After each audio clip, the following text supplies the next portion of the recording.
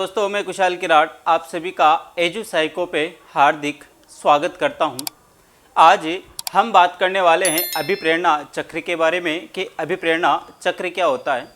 इसको चक्र के साथ साथ में तत्व भी कहा जाता है और इसको स्रोत भी कहा जाता है। देखो, अभिप्रेरणा जो सबसे पहले ज़रूरत होती है हमें, जैसे कि बिना आवश्यकता के आप घर नहीं छोड़ते हो, यानी कि बिना आवश्यकता के आप कुछ भी नहीं करते हो।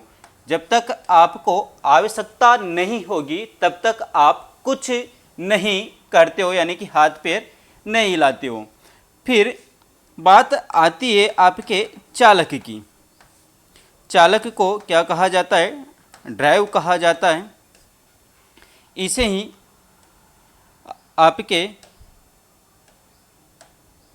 इसे ही अंतर्नोद प्रणोद और तनाव कहा जाता है। फिर अगर बात करें हम तो आता है प्रोत्साहन। क्या आता है? प्रोत्साहन, जिसे इंसेंटिव कहा जाता है। प्रोत्साहन को उद्दीपन भी बोला जाता है।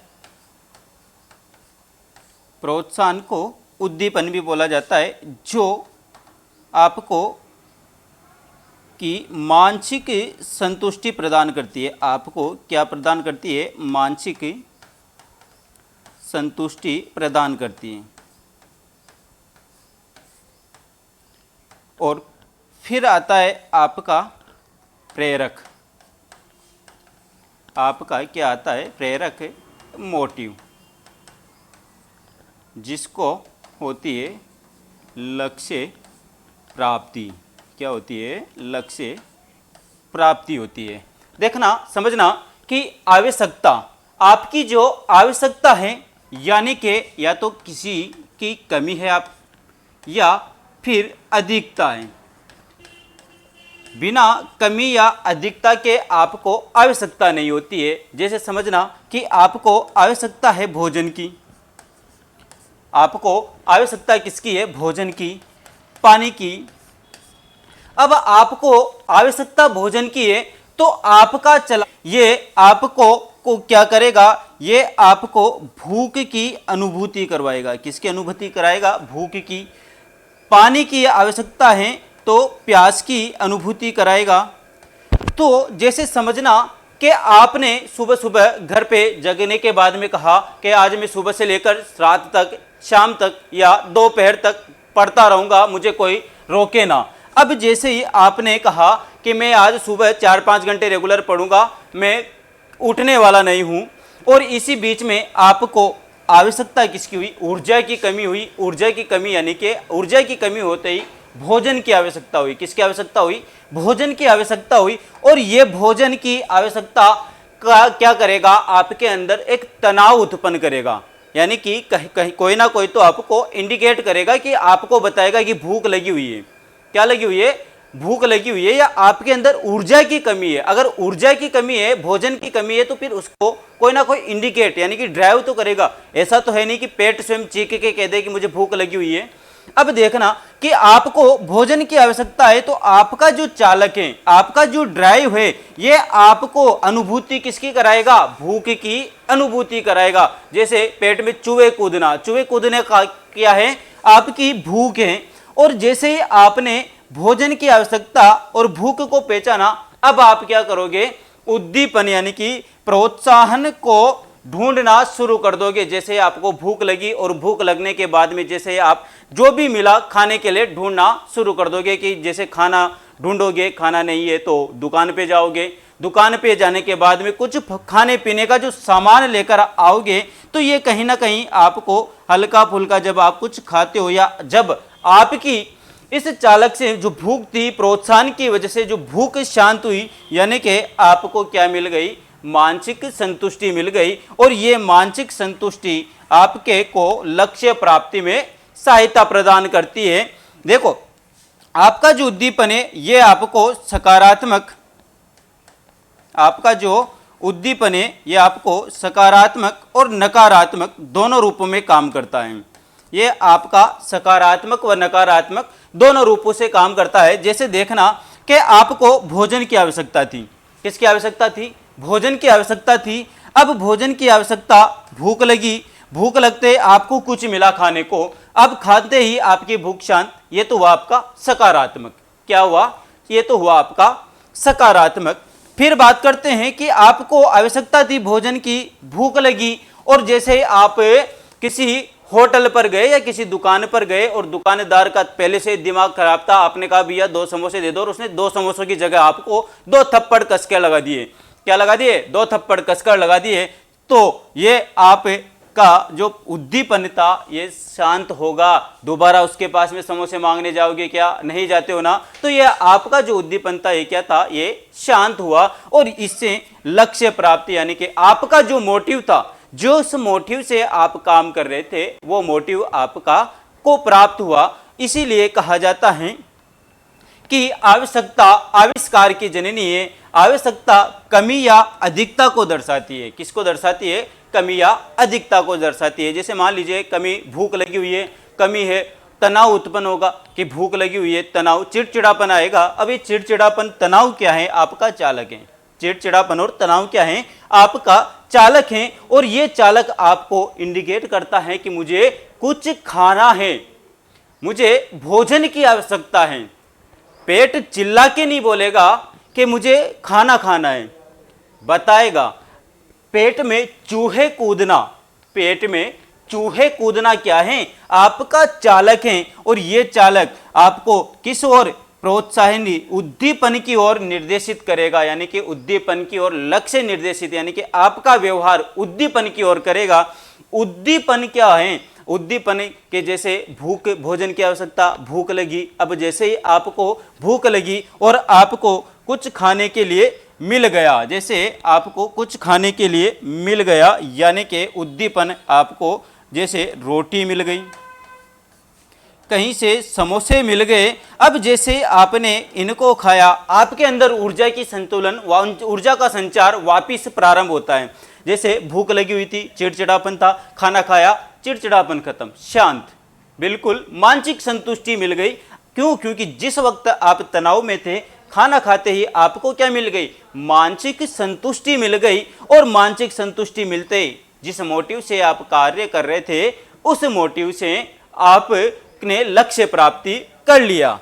एक अलग एग्जाम्पल से और समझते हैं इसको। आवश्यकता कि कोई व्यक्ति सो रहा था, सोते सोते उसको भूख लगी। क्या लगी? भूख लगी। या बहुत सी बार ज़्यादा खा लेते हैं, ज़्यादा खाने के बाद में बैठा नहीं जा रहा है यार, बैठा नहीं जा रहा है यार, फिरने की आवश्यकता है। क्या? थोड़ा बहुत घूम फिर के आता हूं। तो घूमना और फिरना क्या है? आपकी आवश्यकता है। जैसे देखना कि कोई व्यक्ति सो रहा था और सोते सोते अपने आप जगा और जगते ही किचन की ओर भागा। भूख लगी, भूख लगते ही किसकी ओर भागा? किचन की ओर। बताओ, अगर कोई व्यक्ति सो रहा है, भूख लगेगी तो बाथरूम जाएगा या किचन की ओर जाएगा? किचन की ओर जाएगा। क्यों? क्योंकि भूख लगी हुई है। किचन में जाके देखा कुछ नहीं मिला, तो किचन में जब उसको कुछ नहीं मिला तो कहां जाएगा? दुकान पे जाएगा, कहीं ना कहीं कुछ ही दुकान पे जाएगा। अब दुकान पे जाते उसने जैसे कहा कि भूख लगी हुई है, एक समोसा एक चाय का ऑर्डर दिया, प्रोत्साहन, एक समोसा और एक चाय का ऑर्डर दिया, खाया, और यहाँ से प्रेरक लक्ष्य प्राप्त किया, यानी कि उसने यहाँ पर जो मोटिव था वो मोटिव प्राप्त कर लिया। आपका जो उद्दीपन या प्रोत्साहन है ये सकारात्मक और नकारात्मक दोनों रूपों में काम करता है। कौन से? सकारात्मक और नकारात्मक में। जैसे बहुत सी बार देखा होगा कि कभी पति पत्नी का झगड़ा हो जाता है। क्या हो जाता है? कि कभी पति पत्नी का झगड़ा हो जाता है, बच्चा रोता हुआ मम्मी के पास आता है, मम्मी कुछ दे, और मम्मी गुस्से गुस्से में पतिदेव का गुस्सा सारा कहाँ पर निकाल देती है? अपने बच्चे पर, और 2-4 लगा देती है। बच्चा बताओ क्या वापस आएगा? नहीं आएगा, क्योंकि जिस मोटिव से, जिस प्रोत्साहन के लिए वो आया था, उसको नकारात्मक प्रोत्साहन मिला है। वो वापस रोते हुए क्या करेगा? सो जाएगा। तो ये आपके सकारात्मक और नकारात्मक दोनों रूपों में काम करता है। फिर अगर बात करें तो एक डेसी थे, और डेसी ने इस अभिप्रेरणा चक्र में,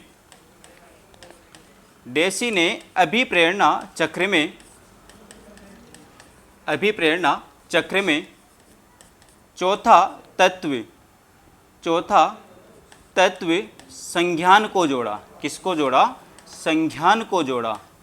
किसको? संज्ञान को जोड़ा, जिसे संज्ञान चक्र कहा जाता है। जिसे क्या कहा जाता है? संज्ञान चक्र कहा जाता है। जिसे संज्ञान चक्र कहा जाता है। जिसे संज्ञान चक्र कहा जाता है। क्या कहा जाता है? संज्ञान चक्र कहा जाता है। जिसे संज्ञान चक्र कहा जाता है। आपके हिलगार्ड कहते हैं कि आवश्यकता से चालक की उत्पत्ति होती है। भाई किससे? हिलगार्ड ने क्या कहा कि आवश्यकता से तो किसकी उत्पत्ति हो रही है? आपके आवश्यकता से चालक की उत्पत्ति हो रही है। किसकी? चालक की। आवश्यकता से किसकी उत्पत्ति हो रही है? चालक की। और प्रोत्साहन से किससे? प्रोत्साहन से आपकी चालक की क्या हो रही है? संतुष्टि हो रही है।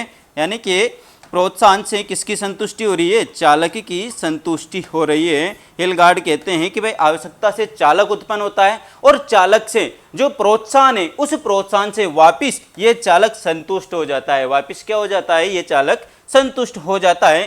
तभी तो इसको कहा जाता है कि भाई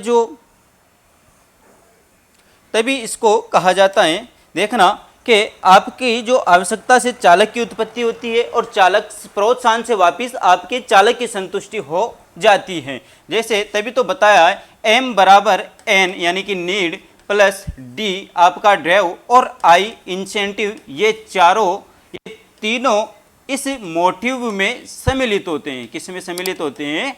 इस मोटिव में सम्मिलित होते हैं। और ये कथन किसका है? ये कथन हिलगार्ड का है। ये कथन किसका है? हिलगार्ड का है। और अगर बात करें कि एक मनोवैज्ञानिक थे जॉन पी डिसेको और अभिप्रेरणा के 4 अलग घटक बताए। इन्होंने अभिप्रेरणा के 4 घटक बताए। अभिप्रेरणा के कितने घटक बताए? 4। पहला घटक बताया इन्होंने उत्तेजना। पहला घटक कौन सा बताया? उत्तेजना। दूसरा घटक बताया इन्होंने प्रोत्साहन।